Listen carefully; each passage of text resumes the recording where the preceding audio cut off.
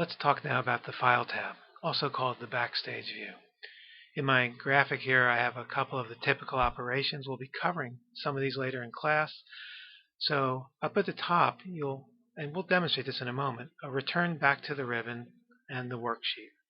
Otherwise, you can also work with things pertaining to the workbook, like creating a new workbook, opening workbook, saving, save as, printing, and closing.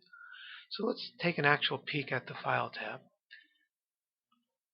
Okay, so here it is, and a whole new screen shows up. So I'm on the info screen. That's where you start up, and it tells you about various operations. We don't cover these in this particular class, but let your eye roam around and see if there's something interesting here for you to learn.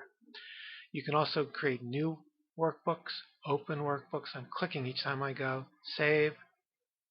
Well, that brings me to another place, but you can see what I've done.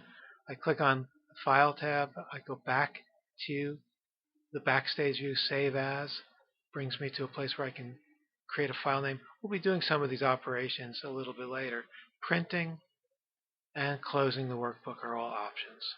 So I'm going to return back to my workbook. For now, it's good enough for you just again to see what the File tab offers, and in later curriculum we'll be going into some of the details about this.